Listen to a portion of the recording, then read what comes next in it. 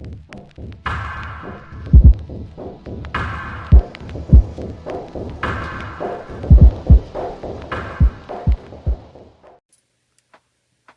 y'all, so I know you see me make these backgrounds and hopefully I got the videos in the right order, but since everybody does not have oxides or sprays, I should say dyes, ink sprays, markers or whatever, and they don't actually even want to go buy them or can't afford them right now, or maybe whatever your situation is, I'm going to give you a different idea for those who want to design or want to spread their creativity a little bit more.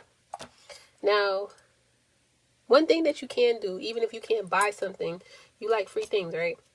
I took a trip to Home Depot, and if it's either Home Depot, Lowe's, if any hardware store that they have paint swatches or something like that, go in there, and if they have them for free, grab you one of each or a book.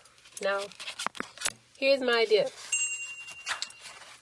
If you're somebody who, say you know, a lot of people will get color charts offline and they will try to match up colors and they have a problem with it because the colors that they see online is not the same colors that they'll see in person or when they print or whatever. Go to the store and get swatches like this. Now, I ended up getting like 6-7 colors, different types, different shade ranges, and I started putting them together inside of the store to give me different ideas of how they would look.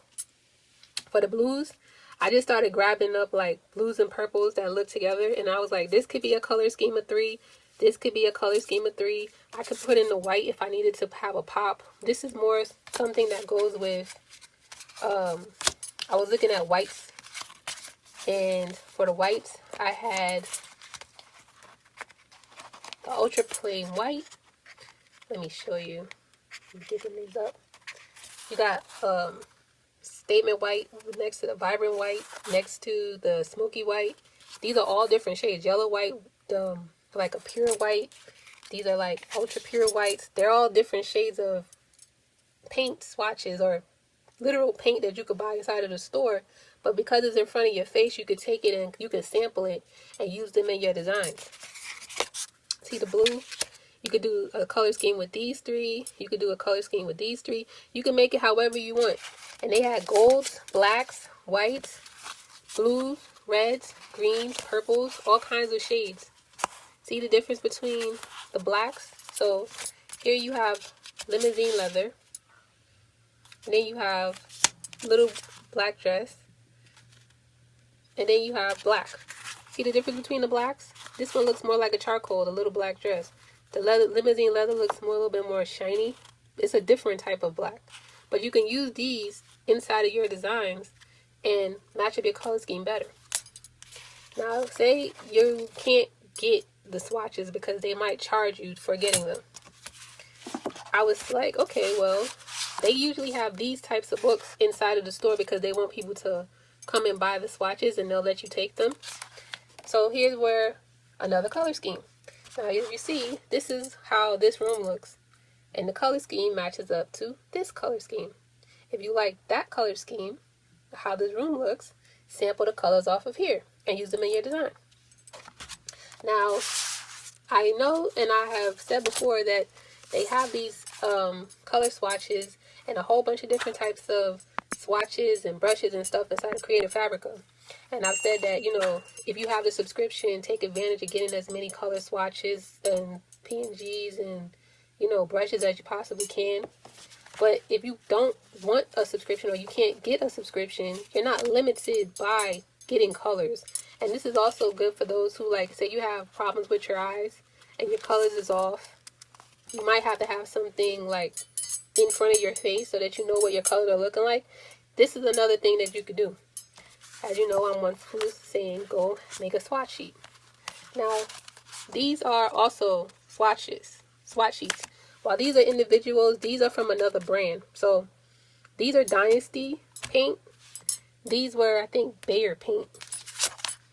Gildan paint. Or Glidden paint. Glidden? Yeah. It doesn't matter what brand it is, as long as they have swatches. And their swatches match up. Now, I just walked around and started randomly picking up some of the swatches. And I didn't have to pay for these either. But as you can see, it's like I can pick 3 colors off of here. I can pick from the bottom to the top. I can mix and match, and the scheme will look nice depending on what type of design I'm working on or what color shirt I'm working on. If it's a design for print or it's a design for, you know, a shirt, you got to play around with this. So if you're going to do these for shirts and you're designing and you're doing something with sublimation, you will want to cut out your swatches and line them up. Make the names, or like, you want to make sure that you have the names for each of them. And maybe you cut like a sliver off with the names on top of it. Line them up, take a picture, print them out, and sub it on whatever it is you're going to sub it on.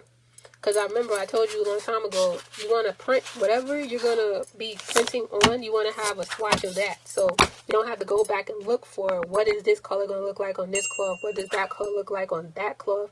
You already have it done. And it makes it easier for you. If you're going to be doing cups, tumblers, mugs, whatever, you do the same thing. You would still make your chart, cut it down, and then sub it on whatever you're going to have so you know exactly what it looks like, and save yourself time from looking around. This works out a lot for people who have businesses.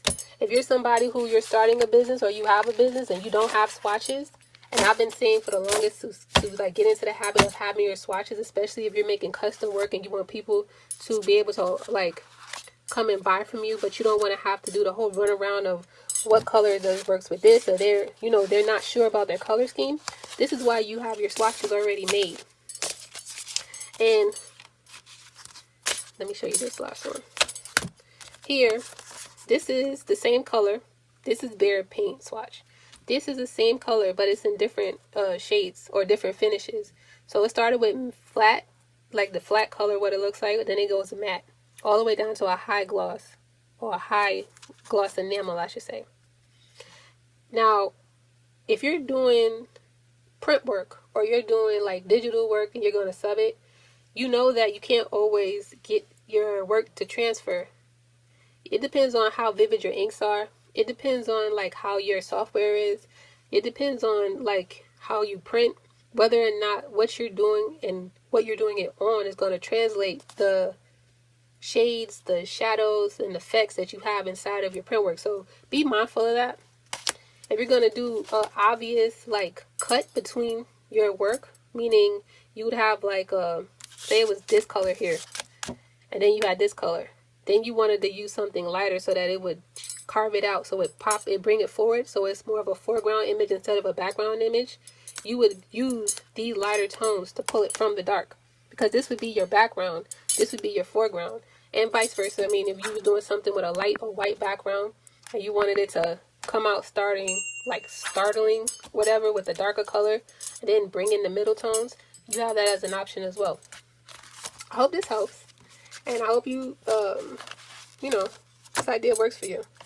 And again, I say, if you don't have the opportunity or the ability to get your hands on like inks, dyes, sprays, you get your hands on all kinds of markers and pens and pencils, but you can go to the store and get your hands on swatches just so you can like either play around, start your ideas out, and learn something for yourself, go ahead. Hope this helps. Later, y'all.